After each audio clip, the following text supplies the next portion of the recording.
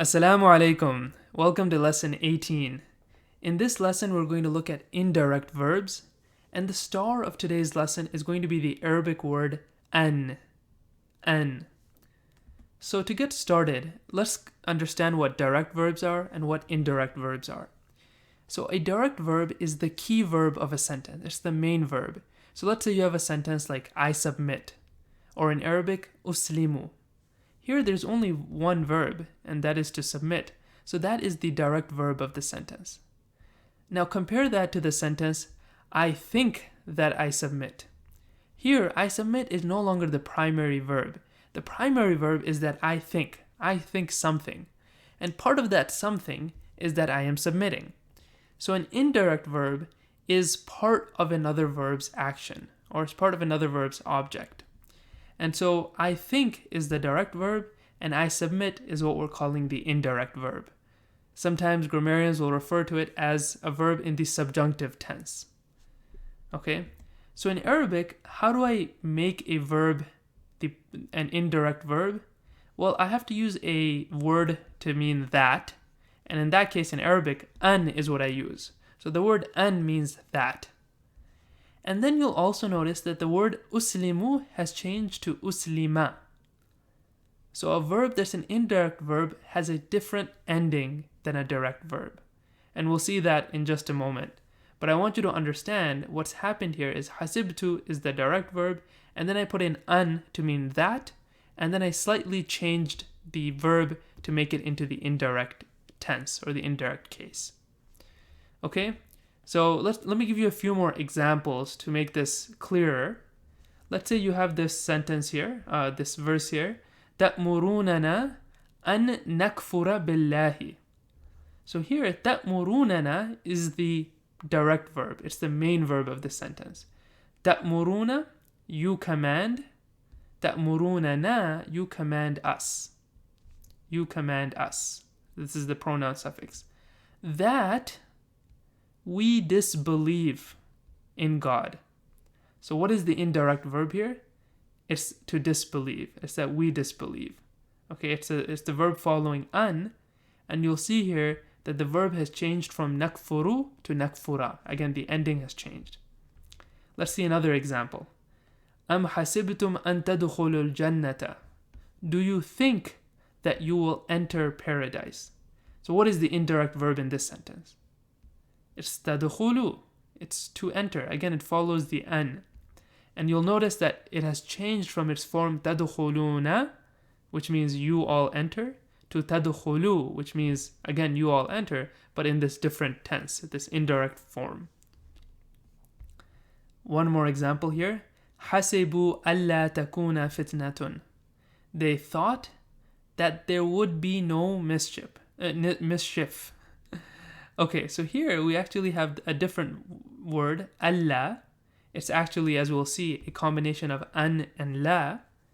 And the verb following it is the indirect verb, takuna. It has changed from takunu to takuna. Okay, so this is the indirect verb. Okay, so I've been talking about changing the endings. How do I change the endings of these indirect verbs? Well, here's the table. And this is the table this is very similar to a table you've seen before, which is the regular present tense verb table. Yaktubu, yaktubani, yaktubuna, taktubu, taktubani, yaktubna, and so on. But now you'll notice for indirect verbs, the ending of these verbs is a little bit different. So yaktubu becomes yaktuba. You'll notice the dhamma became a fatha. And yaktubani became yaktuba. So the noon ending dropped. And this, you'll notice, is very consistent. So yaktubuna became yaktubu. Again, the noon ending dropped. So for anything that ends with an or un, the indirect verb just drops the noon. So it just becomes a or u. Taktubu becomes taktuba. Taktubani again becomes taktuba. Yaktubna actually doesn't change. So this is one of the verb forms that doesn't change. So if you see this, it could be indirect or it could be direct. Taktubu becomes taktuba. Taktubani again becomes taktuba. Taktubuna becomes taktubu. Taktubina becomes taktubi. Taktubani becomes taktuba. Taktubna just remains as taktubna. So again, these two don't change forms. Aktubu becomes aktuba, naktubu becomes naktuba. So this conjugation table is for indirect verbs. And if you've memorized the one for direct verbs, for regular present tense verbs, then this, you don't really need to memorize it. You can just pick up the pattern, which is that if it ends with ana or una, then you just drop the noon. If it ends with an u sound, then you just change that to an a. Otherwise, you keep it the same. Alright, so let's talk about what words can be used to create an indirect verb. So in other words, what words, if I see them, then the next verb has to follow this table here. Alright, so the key one is an, which means that. So we've seen that before. We've also seen this word here, alla, which is actually just a combination of an and la. And it really just means that not. That not. I also have this particle here, li, which means so that. Kai, which also means so that. Hatta, which means until. And finally, len, which means not. It's used to negate a present tense verb. And if a present tense verb follows len, then it will follow this conjugation table. Okay? So let's see a few more examples of indirect verbs, and you'll see these rules in action. So the first one here, جَعَلَ لَكُمُ اللَّيْلَ لِتَسْكُنُوا فِيهِ. He has made for you the night, so that you may rest in it. Okay, so li here is so that, and instead of taskununa, we just have taskunu. Taskunu. We've dropped the noon ending here, so that you all can rest in it. Alright, so this next example, this is a good one because it actually has two separate indirect verbs with two separate particles causing that. So let's take a look at that. لَن نَدْخُلَهَا is we will not enter. So nadkhulu is we enter. Ha is just we enter it.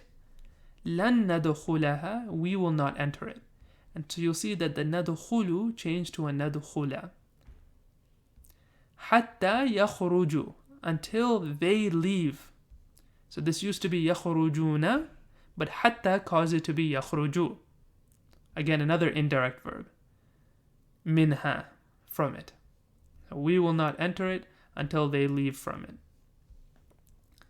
Ta'murunana, you command us, an nakfura, to not believe in Allah. So here, an nakfura is the first indirect verb. And we actually have a second indirect verb as well. وَنَجَعَلَ لَهُ أَنْدَادًا, and establish rivals with him. So here we don't, wa here is not a particle that causes the next word to be indirect. But wa is a connecting verb. So whatever rules apply to the previous verb kind of get carried over because naja'ala is kind of in the parallel form. You commanded us to not believe in God, and you commanded us to establish rivals with him. So the effect of an kind of applies to both nakfura and naja'ala. And so that's why nakfuru becomes nakfura, and then also naja'alu becomes naja'ala. Both of them are indirect verbs. Okay. So the last thing I want to mention here is don't confuse the word an with anna. It's very easy to do because both words have very similar meanings. You could translate both of them as that, but they have very different grammatical rules. An is followed by a present tense verb, almost always. Anna is followed by a noun or a pronoun. So let's take an example of this. يَشْهَدُونَ أَنَّ اللَّهَ حَرَّمَ هَذَا. They bear witness أَنَّ اللَّهَ, that God has forbade this. Okay, so you'll notice what came after anna, the word Allah, which is a noun, has forbade this. Let's take a look at one more example here, this time with a pronoun. يَعْلَمُونَ أَنَّهُ الْحَقُّ مِنْ رَبِّهِمْ. They know that it is the truth from their Lord. Okay, so in this case, anna is followed by hu, which means it, for a masculine noun, is the truth from their Lord. And one thing that I should mention is that the noun following anna should be in the mansub case. So that's why anna Allah. We see the word Allah takes a fatha. And here the pronoun annahu is also in the mansub case. Okay? Alright, so let's do a few exercises to really drill this in. And the cool thing, once you know an and anna, is that you can now try to translate full ayat, because many of these words are used to connect different parts of a sentence. And so with these words in hand, now I can translate complex sentences and entire verses. So let's start with the first one. جعلنا الليل ليسكنوا فيه.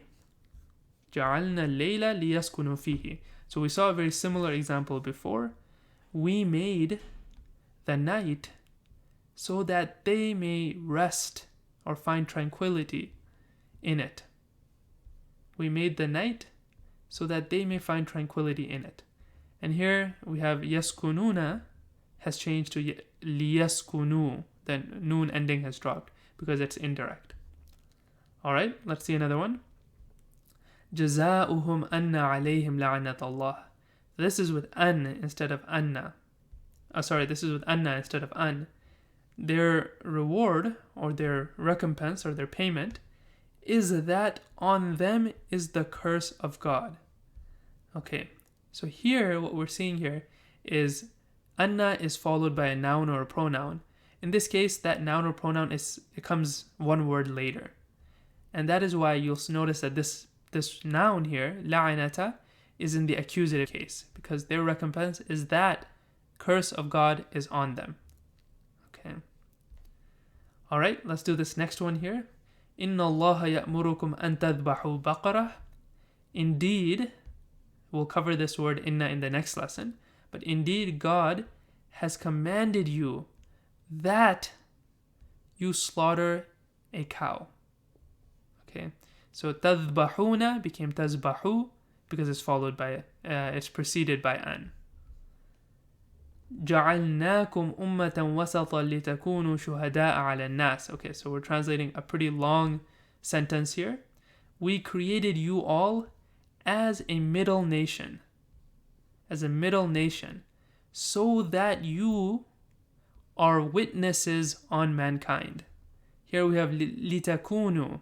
Litakunu comes from takununa. We've seen takununa before, but because it's following li, it becomes litakunu. The na drops, just like it does for our regular indirect verbs. So that you may be witnesses upon mankind. Alright, so we've seen a lot of examples, so I'm going to go ahead and just end the lesson here. Jazakallah khair. Thank you so much for listening. Assalamu alaikum wa rahmatullahi wa barakatuh.